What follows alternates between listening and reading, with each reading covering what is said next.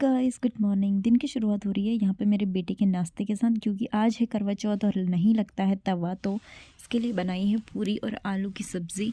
तो मैंने इसे कराया ब्रेकफास्ट और मैं हो गई थी सुबह थोड़ा बहुत रेडी, क्योंकि मेरे हाथ में था इंजेक्शन, तो मैं कुछ ज़्यादा कुछ पहन नहीं सकती, तो मैंने सूट ही डाल दिया था जो स्लीवलेस था। तो मैंने इसे पहना और मुझे थोड़ा कंफर्टेबल लगा, और बट मुझे लग रहा था ठंडा। और यहाँ पे प्राशु मुझे इतना तंग कर रहा था ना, जब से मेरे हाथ में ये लगा है और मैं ज़्यादा इसको इस हाथ से कुछ कर नहीं सकती हूँ, तो ये मुझे बहुत ज़्यादा तंग करने लगा है। कल रात जो पॉपिन ने लगाई थी मेहंदी, उसका कलर कुछ इस तरह से आया है।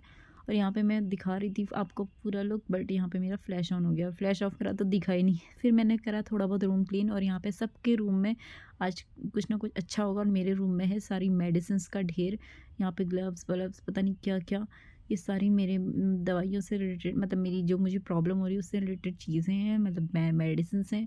और क्या करें, बट ये सब देखना पड़ता है। तो जैसे तैसे मैंने उठ के फिर अपना थोड़ा सा ये सामान को मंदिर में लगाया, ये करवा चौथ के व्रत का पोस्टर और ये अपना सामान जिसमें पानी वानी भरना था, करवे में दिया विया जला के इसमें पूजा वूजा करी।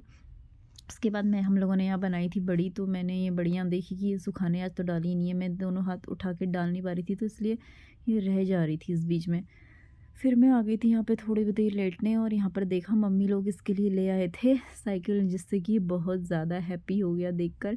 मतलब ये इसका एक्साइटमेंट जो लेवल होता है ना, वो काफ़ी हाई था इस टाइम पर। ये किसी की बात सुन नहीं रहा था, हालांकि इसे चलानी नहीं आ रही थी, but he was like very happy. और मुझे बहुत अच्छा लगा इसे देख के, क्योंकि ये इसकी दादी की तरफ से इसका प्री बर्थडे गिफ्ट था।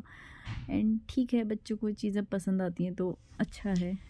तो शाम की पूजा के लिए मैंने कुछ नहीं किया, बस ऐसे ही मैंने फटाफट से पूजा कर ली। और मैं आपको एक चीज़ दिखाती हूँ, एक मिनट।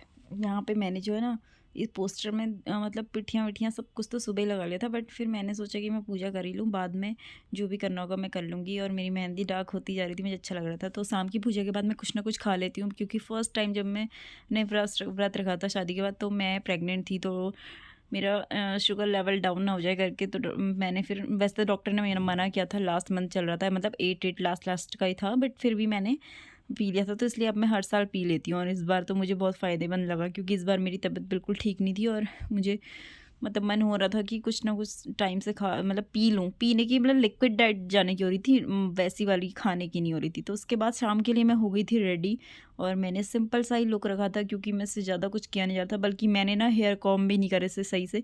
आपको मेरे बालों को देख के लग रहा होगा कि मैंने कॉम नहीं करी है, जितनी मेरे से एक हाथ से आगे आगे हो रही थी उतनी मैंने करी थी, पीछे की साइड मैंने नहीं करी थी। पूजा वूजा करने के बाद मैं चले गई थी हॉस्पिटल वापस से ये सब इंजेक्शन लगाने के लिए। इंजेक्शन लगा के मैं आई घर, और मैं बहुत ज़्यादा थक गई थी आज। और आज मैं वैसे दिन भर लेटी थी, बट फिर भी पता नहीं क्यों ना मैं थक गई। तो पॉपिन मेरे लिए लाए थे जलेबी, जो कि हमारे बगल में ही बन रही थी, दुकान के बगल में।